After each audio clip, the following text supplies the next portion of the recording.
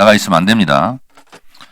이의가 있으므로 국회법에 따라 표결하겠습니다. 표결에 앞서서 회의장에 계신 위원님은 모두 재석위원 수에 포함된다는 점을 말씀드립니다. 그리고 방법은 국회법 제112조 및 제71조 단서에 따라 것으로 표결하겠습니다. 먼저 찬성하는 위원님 손을 들어주시기 바랍니다.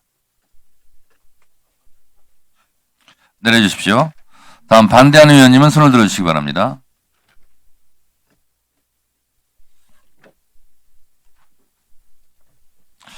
재석위원 총 14인 중 찬성 9인, 반대 5인으로 가결되었음을 선포합니다.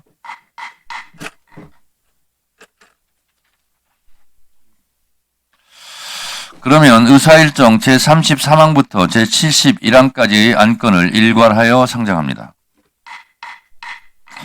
구체적인 안건명은 배부해드린 의사일정을 참고해 주시기 바랍니다. 효율적인 회의 진행을 위해 제안 설명은 노트북에 게재된 자료로 대체하고 바로 전문위원회 검토 보고를 듣도록 하겠습니다.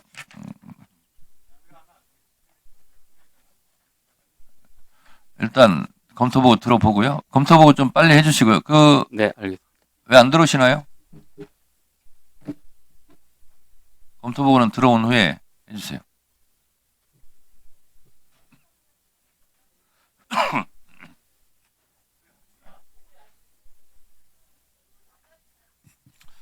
진행은 위원장이 합니다.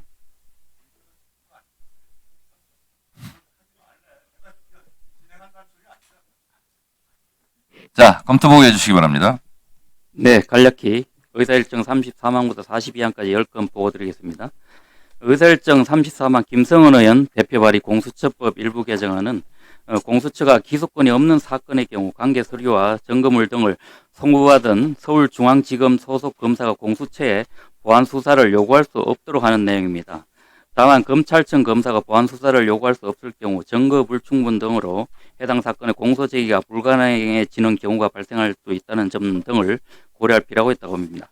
다음 2조 의사일정 제34항 김용민 의원 대표 발의 검사징계법 일부 개정안은 현재 검찰총장만 청구할 수 있는 검사징계 요구를 법무부 장관도 모든 검사에 대해서 청구할 수 있도록 하는 등의 내용입니다.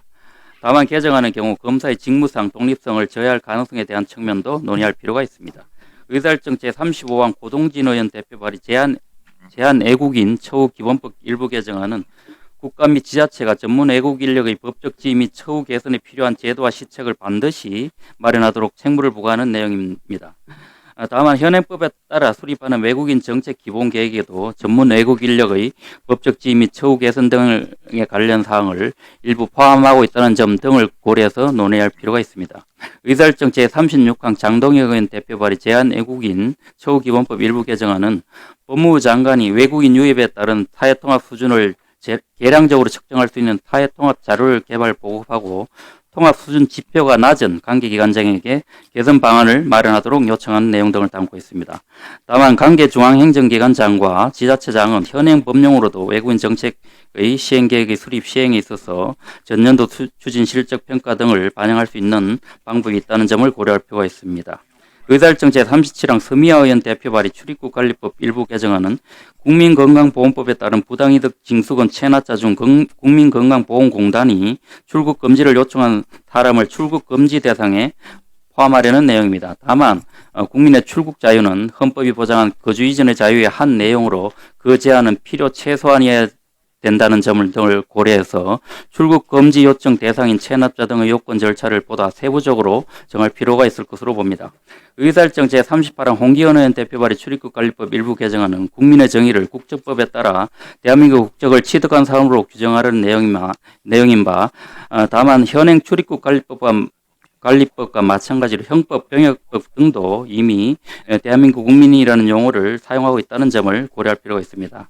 의사일정 제39항 용해인 의원 대표 발의 특정 경제범죄 가중처벌 등에 관한 법률 일부 개정안은 취업 제한 기업체의 범위에 특정 경제 범죄자가 출자하거나 재직하는 기업체를 추가하고 사실상의 취업도 제한하는 내용입니다만 특정 경제 범죄자가 출자하거나 재직하는 기업체를 일적으로 취업 제한 기업체로 규정할 경우 직업 선택의 자유 침해 가능성 등을 논의할 필요가 있습니다.